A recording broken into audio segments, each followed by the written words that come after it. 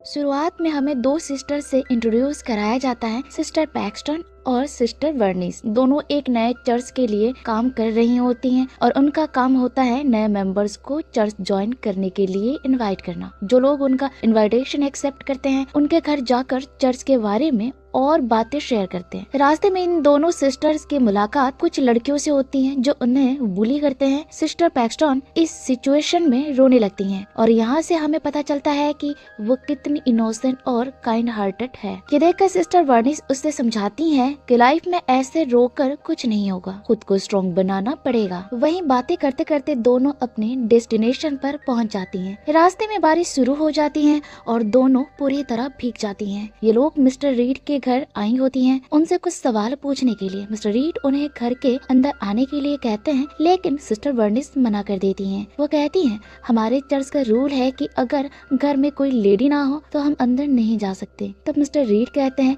मेरी wife kitchen में है और वो ब्लूबेरी पीस बना रही हैं। घर से ब्लूबेरी की खुशबू भी आ रही होती है। तो दोनों सिस्टर मान जाती हैं और अंदर आ जाती हैं। अपनी साइकिल्स बाहर पार्क करके घर के अंदर अपने वेट कोट उतार कर मिस्टर रीड को दे देती हैं और सोफा पर बैठ जाती हैं। मिस्टर रीड उन्हें बताते हैं कि उनकी वाइफ थोड़ी देर में आकर उनसे मिलेंगी, तो उन्हें टेंशन लेने की जरूरत नहीं। वहीं मिस्टर रीड उनसे उनके पुरानी लाइफ के बारे में पूछते हैं। हमें पता चलता है कि दोनों सिस्टर एक ही चर्च में बड़े हुए हैं। मिस्टर रीड इनसे पूछते हैं, क्या तुम दोनों गॉड में बिलीव करती हो? दोनों सिस्टर हाँ में जवाब देती हैं। तब मिस्टर रीड उन्हें जोसेफ स्मिथ के लिखे बुक ऑफ मॉर्मन दिखाते हैं। वो कहते हैं कि पहले वो किसी रिलीजन को नहीं मानते थे। जब मिस्टर रीड परेशान थे, एक एंजल उनकी मदद के लिए आई। उसके बाद उन्होंने रिलीजन और गॉड पर विश्वास करना शुरू कर दिया। फिर मिस्टर रीड सिस्टर से पूछते हैं, क्या तुम्हें लगता है जोसेफ स्मिथ के शब्दों में सच्चाई है? दोनों सिस्टर कहते हैं, हाँ ये बिल्कुल सच है। God is also a part of this world. क्या तुम लाइफ आफ्टर डेथ में बिलीव करती हो? इस पर दोनों सिस्टर हाँ कहती हैं। सिस्टर पैक्सटन कहती हैं, जब मैं मरूंगी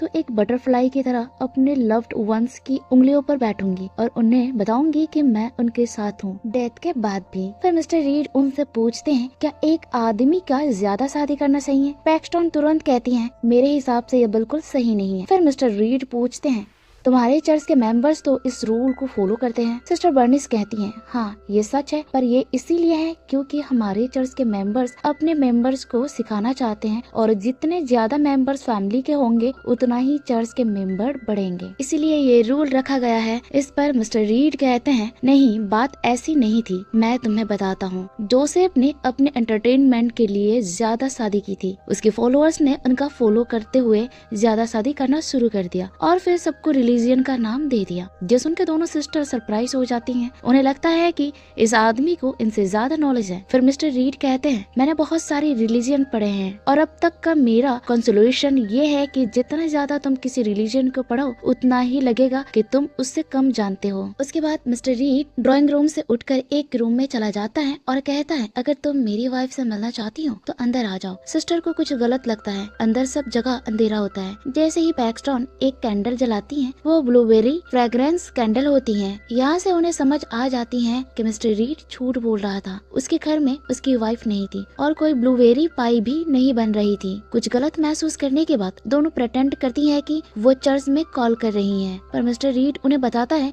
मेरे घर की दीवारें मेटल की बनी है, इस वजह से यहाँ सिग्नल नहीं आते और यहाँ की आवाजें भी बाहर नहीं जाती। जब उन्हें समझ आया कि वो यहाँ ट्रैप हो चुके हैं तो सिस्टर वर्निस कहती है, हमें उस आदमी से बात करनी चाहिए, शायद वो हमें यहाँ से जाने दे। दोनों उस आदमी का पीछा करते हुए एक रूम तक पहुँचती हैं। ये रूम बिल्कुल एक चर्च की तरह बना होता है। जैसे ही वो उस आदमी के पास जाती हैं, वो उससे कहती हैं, हमें चर्च जाना है, प्लीज हमें यहाँ से जाने दो। उस आदमी ने जवाब दिया, मैंने तुम्हें यहाँ कैद नहीं किया है। फ्रंट डोर सुबह खुलेगा क्योंकि उस पे टाइमर लगा है। अगर तुम चाहो तो बैक डोर्स का यूज करके बाहर जा सकती हो।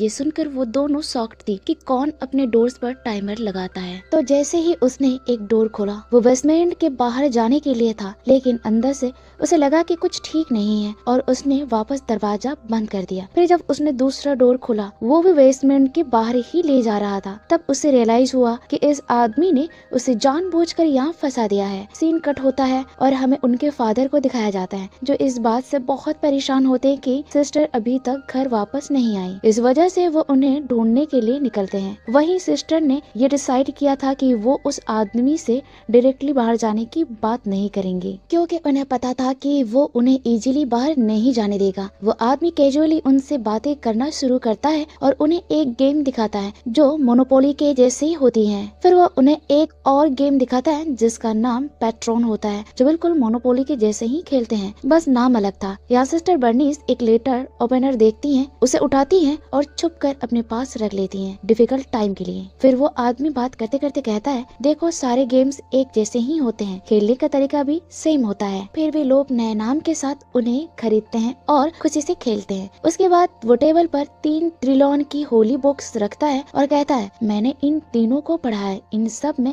वही चीजें लिखी हैं। इसका मतलब ये है कि 1 ट्रिलियन सच है और बाकी के 2 ट्रिलियन उसी को कॉपी करते हैं। वो उन्हें ये भी कहता है, तुम्हारा चर्च भी फेक है, मुझे नहीं पता किसने किसे कॉपी किया है। ये सुन के सिस्टर बर्नीस अपने कोट में हाथ डालती है ताकि अपने साइकिल की कीज निकाल सके, पर उसके कोट में कीज नहीं थी। दोनों सिस्टर रीड की ट्रैप को अब समझ चुकी थी। पैक्सटन के कोट में चाबियों की खनक से ये साफ हो गया था कि रीड ने उनकी साइकिल्स की चाबियां छुपाकर उन्हें यहाँ फंसाने का प्लान बनाया था। लेकिन अब तक दोनों सिस्टर ने हिम्मत नहीं हारी थी। रीड जो उन्हें अपने झांसे में लाना चाहता था, एक नई चाल चलता है। उसने एक वल के 2 दरवाजों पर बिलीव और डिसबिलीव लिख दिया और बोला, अगर तुम्हें अपने गॉड पर इतना ही भरोसा है तो तुम बिलीव वाले दरवाजे से जाओ, देखता हूँ क्या तुम्हें तुम्हारा गॉड यहाँ से निकालने का रास्ता दिखाता है या नहीं। उसके बाद दोनों सिस्टर बिलीव वाले दरवाजे की तरफ बढ़ने का फैसला किया। अंधेरा इतना था कि उन्होंने अपने मोबाइल की टॉर्च ऑन की। अंधेरे में उन्हें एक टेबल और एक कुर्सी नजर आई और दूर एक छोटी सी विंडो दिख रही थी जो लकड़ी से सील की गई थी। फिर दोनों ने कुर्सी के सहारे उस विंडो को तोड़ने की कोशिश की, लेकिन लकड़ी इतनी मजबूत थी कि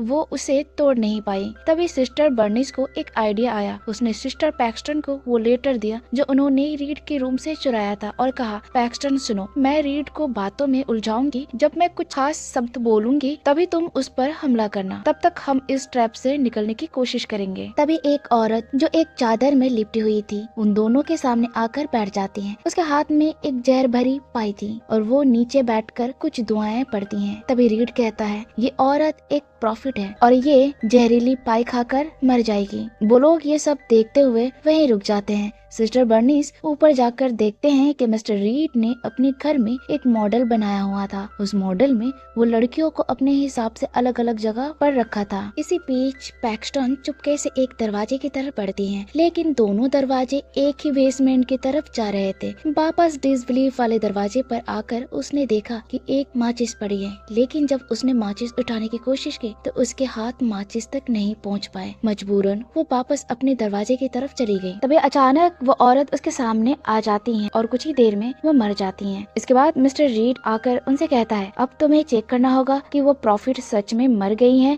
या नहीं। जब उन्होंने जाकर देखा तो वो औरत सच में मर चुकी थी। तब मिस्टर रीड कहता है, अब ये औरत उठेगी और तुम्हें बताएगी कि मरने के बाद उसने क्या देखा। इतनी बातें हो ही रही थी कि रीड के घर के दरवाजे पर बेल बजती है। तब वो दोनों सोचती हैं कि शायद उन्हें ढूंढने फादर आया होगा, लेकिन मिस्टर रीड झूठ बोलकर फादर को वापस भेज देता है, ये कहकर कि दोनों लड़कियां यहाँ नहीं हैं। फादर निराश होकर वहाँ से चला जाता है। दोनों लड़कियां वापस रीड के रूम में आकर माचिस उठाकर आग लगाने की कोशिश करती हैं ताकि फादर तक सिग्नल पहुँच सके, लेकिन तब तक फादर वहाँ से जा चुका होता है। तभी वो प्रॉफिट जो मर चुकी थी अचानक से उड़ जाती हैं। वो आगे आकर कहती हैं, मरने के बाद मैंने एक बादल देखा, लेकिन वो स्वर्ग नहीं था, ये सब असल नहीं है। रीड उस औरत को वापस ले जाता है और सबको यही बताता है कि ये उसका प्लान एक्सपेरिमेंट था। सिस्टर बर्नीस रीड को डिस्ट्रैक्ट करने के लिए उसके एक्सपेरिमेंट पर सवाल उठाती हैं। इसी बीच पैक्सटन जो रीड के असली इरादों को समझ चुकी थी, बेसमेंट में छुपी हुई एक सीक्रेट पैसेज ढूंढती है। वहाँ उसे एक मरी हुई औरत की लाश मिलती है जो रीड के प्लान को एक्सपोज कर देती है। पैक्सटन वापस आकर रीड को बताती है कि उसका सीक्रेट प्लान फेल हो चुका है। रीड इस बात पर खुश होता है क्योंकि उसका असली मकसद था कि लोग उसके एक्सपेरिमेंट को समझे,